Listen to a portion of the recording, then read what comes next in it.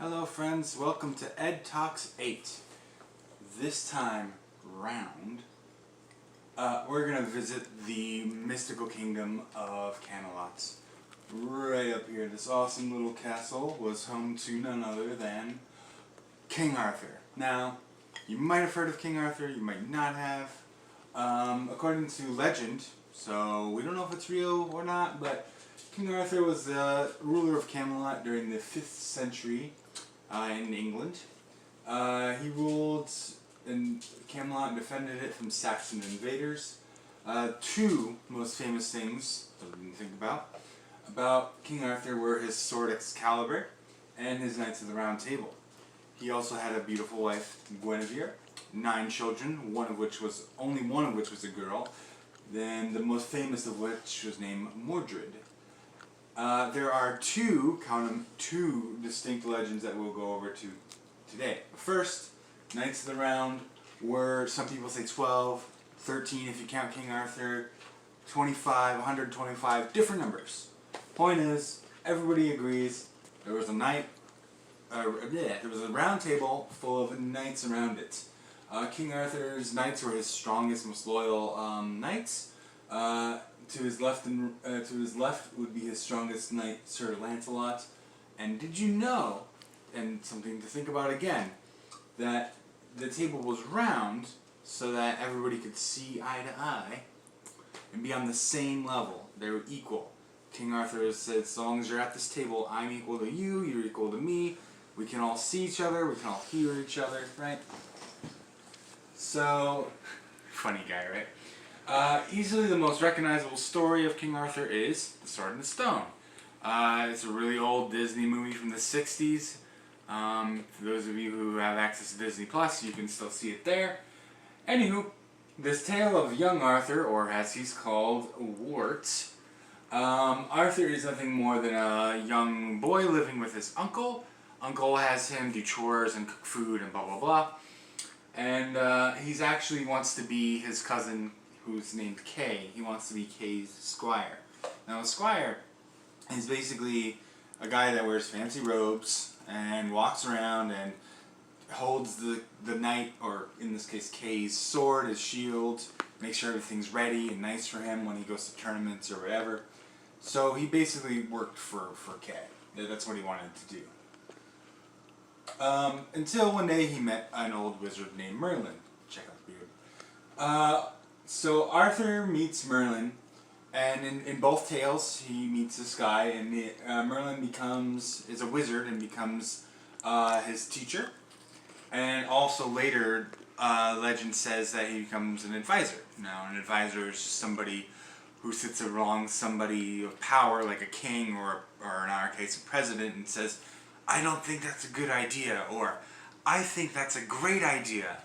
And the king or president either agrees or disagrees, or, it's somebody that helps them, kind of like us, kind of like teachers nowadays, right? We help you think about things, and that's the most important thing that Merlin taught. He told Arthur, you need to think for yourself, you need to come up with your own ideas, you need to believe in yourself, right? So anyways, the Sword and the Stone, one day, where the Sword and the Stone comes in, one day, the Wart, or young Arthur here, goes with his uncle and his cousin Kay, because they're going to go to a tournament in Camelot, England, whatever. And they're going to have a battle to see who's going to be the king. And of course Arthur has to bring Kay's sword, and he's like, oh my gosh, I forgot the sword. And Kay's like, well, you gotta get one, you gotta find one, something. So he goes to the courtyard, which is kind of like a big open, think of it like a big backyard, but it's really just full of flowers and rocks and stuff. And there's actually an anvil, which is like a giant metal stone, more or less. And there's a sword right in the middle of it. And Arthur here is like, oh, Kay needs a sword, so I guess I'll take this one. And as you can see, it's all magical, and he pulls it out, and all the townspeople freak out, like, oh my gosh, he pulled the Sword and Stone. And, they say, well, he pulled the magical sword. This guy, forget the tournament, we'll make this guy king. So Arthur becomes king, he gets the sword, he calls it Excalibur, whatever. That's the first legend. However, there are two.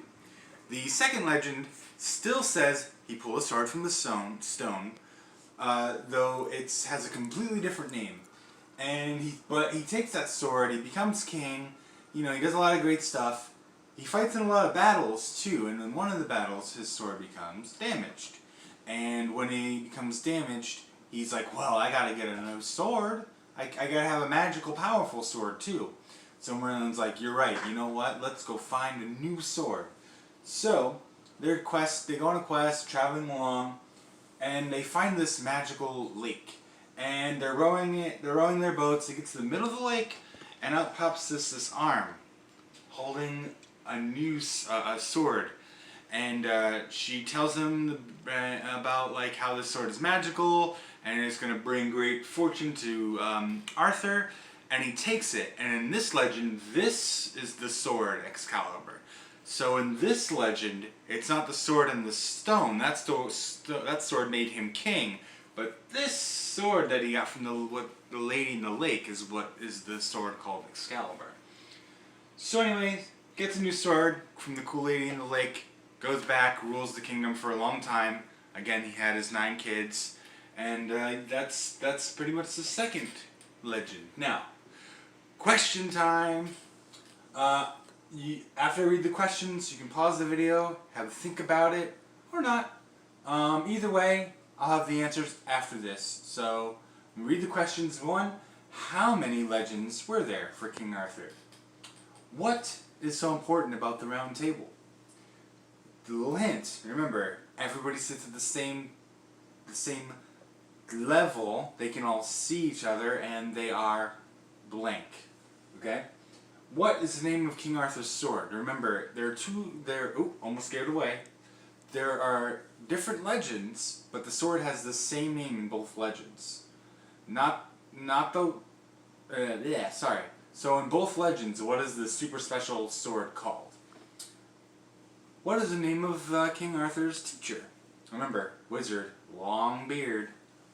And finally, what is the magical kingdom that Arthur gets to rule over? Pause the video, come back, I'll have the answers. Welcome back, my friends. Answers to your questions.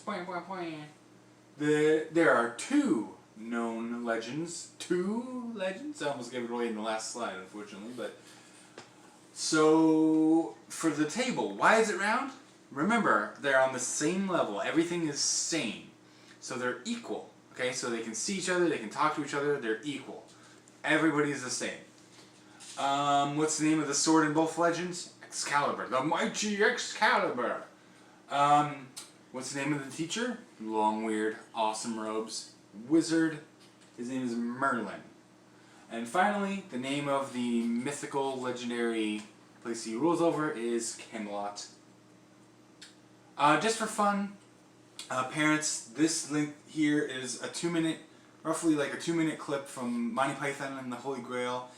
Nothing inappropriate at all, nothing crazy, just a bunch of silliness, a bunch of dancing. It's just a fun time. Take a look at it, have a couple laughs, and yeah, that's it. I'll see you next time. Bye.